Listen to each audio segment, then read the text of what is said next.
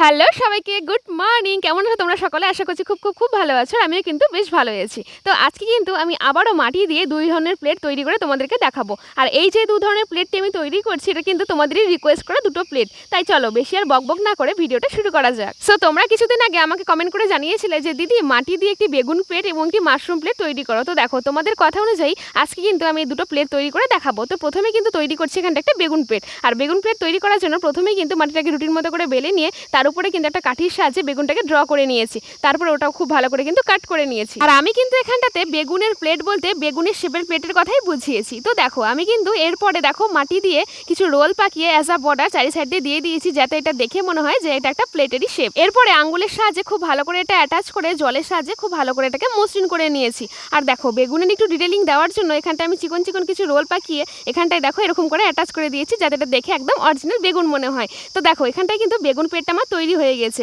এবার চলো তাহলে মাশরুম প্লেটটি তৈরি করা যাক। তো দেখো মাশরুম প্লেট তৈরি করার জন্য আবারও কিন্তু এখানটায় মাটির একটা এখানটায় রুটির মতো করে বেলে নিয়েছি। এরপরে উপরের দিকে একটা মাশরুমের শেপ এখানটা একটা কাঠির সাহায্যে কেটে নিয়েছি। এরপরে অবভিয়াসলি এক্সট্রা মাটিটা সরিয়ে নিয়েছি। তারপরে আবারও এখানটা কাদার রোল পাকিয়ে চারি সাইড দিয়ে এরকম করে আঙ্গুলের সাহায্যে দেখো অ্যাটাচ করে দিয়েছি। আর হ্যাঁ যখন তোমরা এভাবে অ্যাটাচ করবে সেটা কিন্তু খুব ভালো করে অ্যাটাচ করবে, সেটা সামনের দিকে আর পিছন দিকে খুব ভালো করে অ্যাটাচ করে দিবে যাতে এটা কোনো রকম ভাবে খুলে না আসে। নেক্সট আবারও কিন্তু এটাকে জল দিয়ে আগেরটার মতনই খুব ভালো করে এখানটায় মসৃণ করে নিয়েছি। আর জানো তো এটা দেখে না আমার ঠিক মাশরুম মাশরুম লাগছিল না জন্য এটার কিছু ডিটেলিং দেওয়ার জন্য কাঠির সাহায্যে এরকম এরকম কিছু টাইপের দাগ দিয়ে নিয়েছি। তারপর ওটাকে কিন্তু জল আর আঙুলের সাহায্যে খুব ভালো করে মসৃণ করে দিয়েছি। আর দেখো ওপর দিকেও কিন্তু আমি এখানটা কিছু ডিটেলিংও অ্যাড করেছি। ডিটেলিং অ্যাড করার পরে আমি দেখো এখানটা তুলির সাহায্যে খুব ভালো করে কিন্তু মসৃণ করে দিয়েছি। তো হ্যাঁ তৈরি হয়ে গেছে কিন্তু আমার মাশরুম প্লেট। আর হ্যাঁ তোমরা এরপরে কিপসের প্লেট দেখতে চাও আমাকে কিন্তু অবশ্যই কমেন্ট করে জানিও, তাহলে আমি অবশ্যই কিন্তু তোমাদের রিকোয়েস্ট অনুযায়ী বিভিন্ন ধরনের ভিডিও বানানোর চেষ্টা করবো। তো আজকের মতো আসি, দেখা হচ্ছে পরের ভিডিওতে। ভিডিওটা ভালো লাগে থাকলে লাইক করে দিও।